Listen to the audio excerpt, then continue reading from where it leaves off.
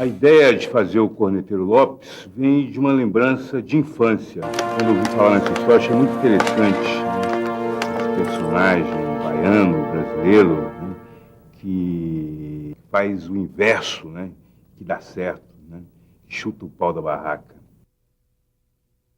Corneteiro Lopes, eu pensei em fazer um filme, principalmente onde as crianças pudessem gostar desse filme, pudessem ver nele um super-herói baiano, brasileiro, aos avessos, né? Aquele personagem que faz, que tem a oportunidade de fazer aquilo que todo mundo, uma vez na vida, tem vontade de fazer o contrário, né? Que é chutar o pau da barraca. Fazer o Corneteiro Lopes é um prazer enorme, porque é um personagem que, para mim, do meu ponto de vista, é uma espécie de anti-herói, ou seja, eu nunca quis representá-lo como um herói que no final toca a corneta como mais um dos seus atos heróicos. Sempre quis representá-lo como uma pessoa normal, que num momento de crise, cheia de problemas, como todos nós temos, e que até nem propriamente uma pessoa supostamente um corajoso que anda aí, não, pelo contrário, é uma pessoa cheia de problemas em tomar decisões, e num momento final de desespero e tem uma decisão final e uma coragem final de tocar a corneta e consegue mudar o rumo da vida dele e da Bahia e do Brasil. Lopes, toque a retirada! Cabo Lopes, toque a retirada! O episódio do Corneta Lopes, este episódio merece um registro especial. Houve. Quem dá o testemunho de ter havido é Ladislau dos Santos Titara. Ele estava lá. Ele viu, ele ouviu, ele registra. Ele viu, ele ouviu, ele registra que o Corneta Lopes, português de nascimento, alterou toques de corneta, no sentido de levar o pânico às tropas dos seus patrícios de nascimento, nessa altura, seus opositores de ideologia.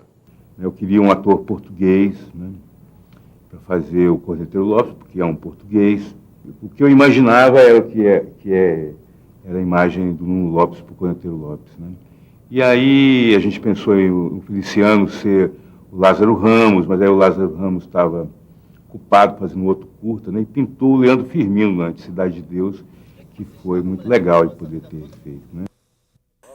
Eu sou Feliciano, né? Meu personagem é um personagem, assim, tem uma certa revolta, né? Porque ele, querendo ou não, ele é um escravo que foi, assim, solto por um período para poder lutar na guerra. Que tem uma grande revolta pelos portugueses, que, de fato, ele tem razão, né? Que escravizaram o povo dele, né? A cidade estão dizendo que amanhã os portugueses furam ser. O que é que faz com que você sabe mais? Dizem que eles estão descendo aí pelo Cabrito. Estamos na boca do fogo. Portugueses, filho da puta. Veja lá como é que fala, homem. Bom, eu sou Brito, né? Um amigo, assim, do corneteiro, e que está no mesmo grupamento do corneteiro com o Feliciano. E a gente fica lá, e depois tem esse... Na verdade, eu acho que ele só faz o contraponto de uma história que vai contar um triângulo amoroso, que é um corte no meio dessa batalha que é importante. Então, eu acho que o papel dele é interessante, que é apaziguador, é menos bélico. Ele não é essa pessoa do dar tiros, né? De entrar no confronto. Mas é a pessoa do meio termo, é a pessoa que chama as coisas um pouco mais para a razão. O índio, né, que é o Paolo. No filme, especificamente, quer dizer, ele está na linha de frente, né, de um comboio de soldados, recebe um tiro, né, e a partir daí ele começa a fazer uma reflexão.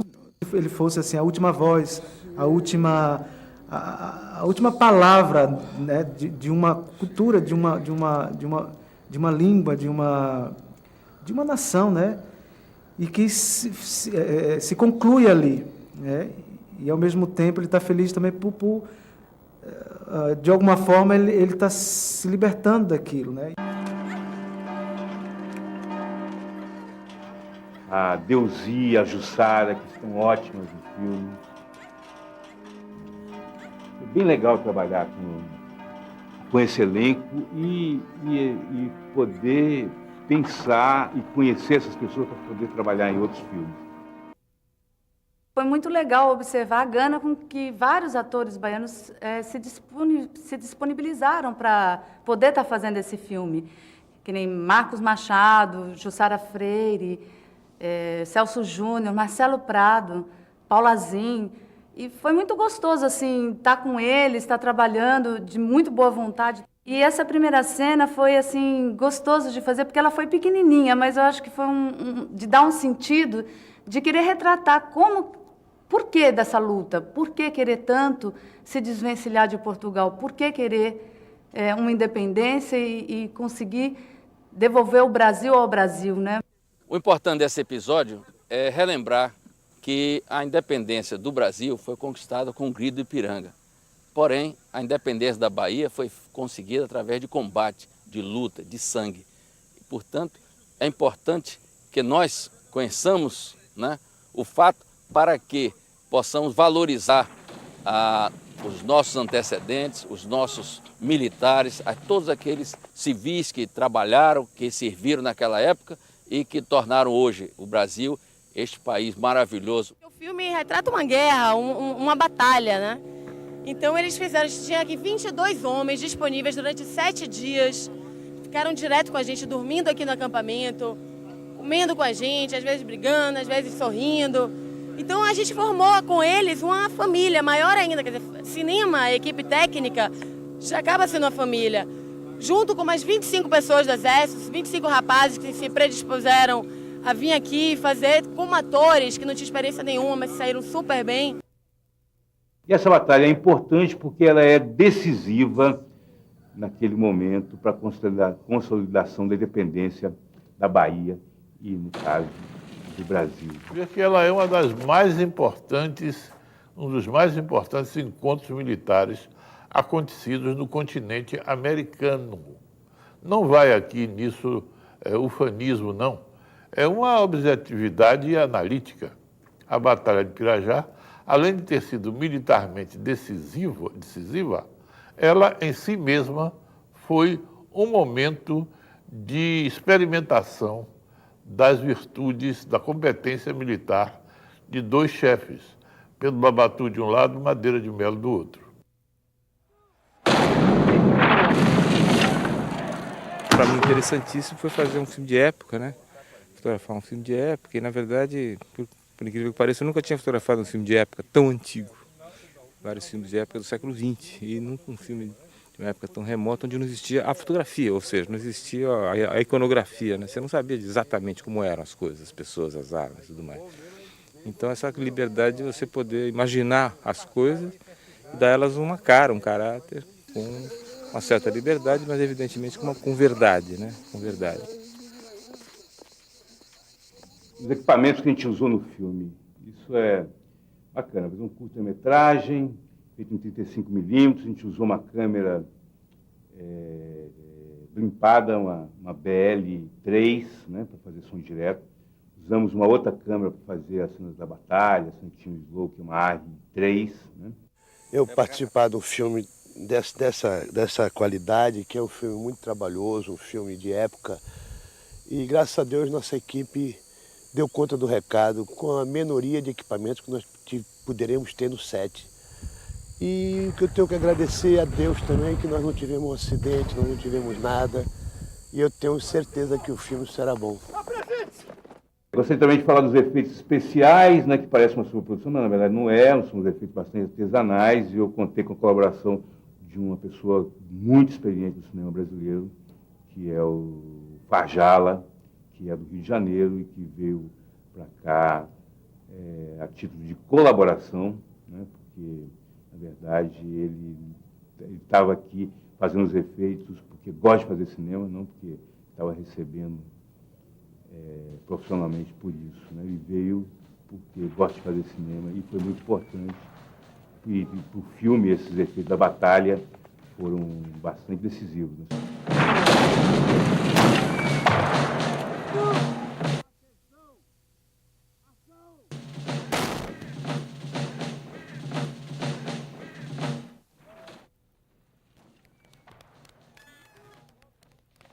Quanto ao cenário, né? O cenário é uma das coisas mais interessantes do filme, né? A gente também pensou bastante, discutiu como é que seria, como naquela época não tinha fotografia, não tinha gravura, a gente conseguiu imaginar, conversar com militares.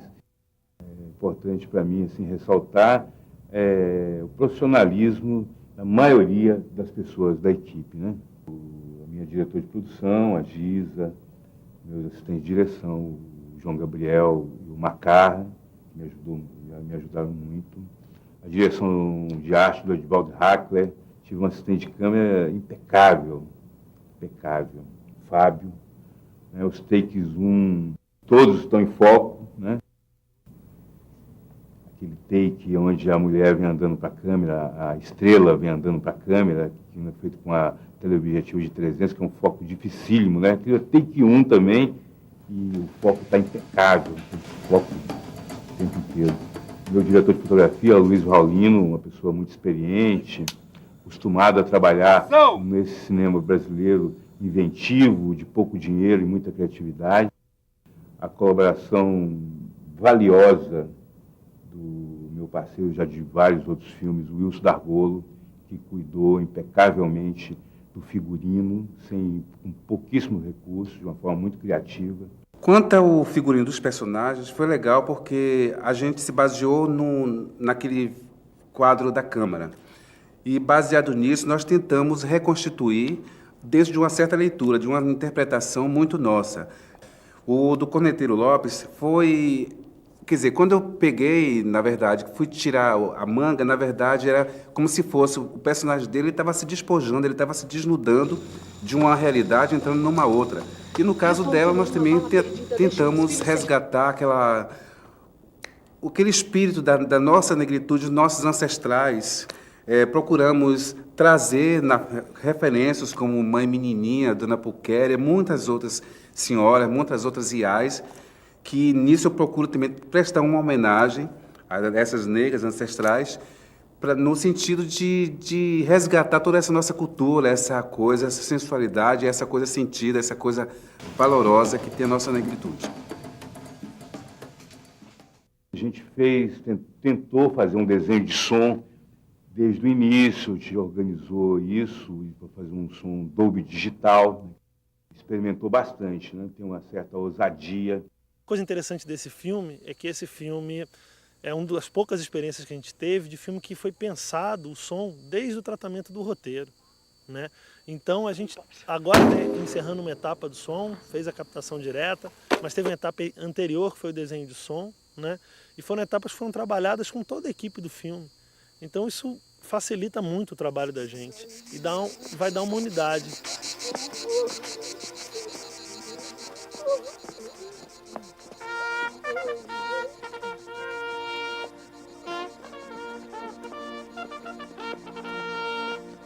Vendo locação, só para achar a locação, eu acho que eu rodei assim em torno de Salvador uns 3.000 quilômetros, porque tinha necessidade de locação ser perto, porque senão a produção não comportaria. Esse filme, O Corneteiro Lopes, é o resultado